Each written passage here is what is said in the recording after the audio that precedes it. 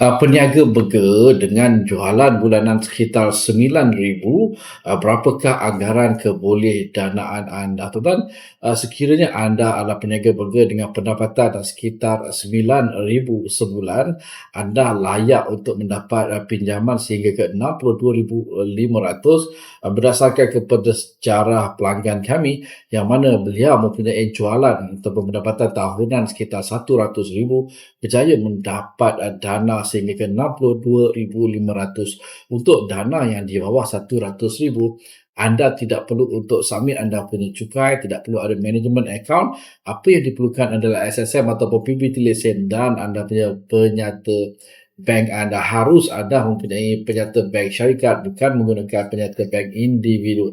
Itu saja tuan-tuan, sekiranya anda nak dapatkan khidmat nasihat pinjaman perniagaan dengan Malun, mudah saja dapatkan laporan pelapor kredit individu anda RM50 dan laporan pelapor kredit syarikat anda RM100.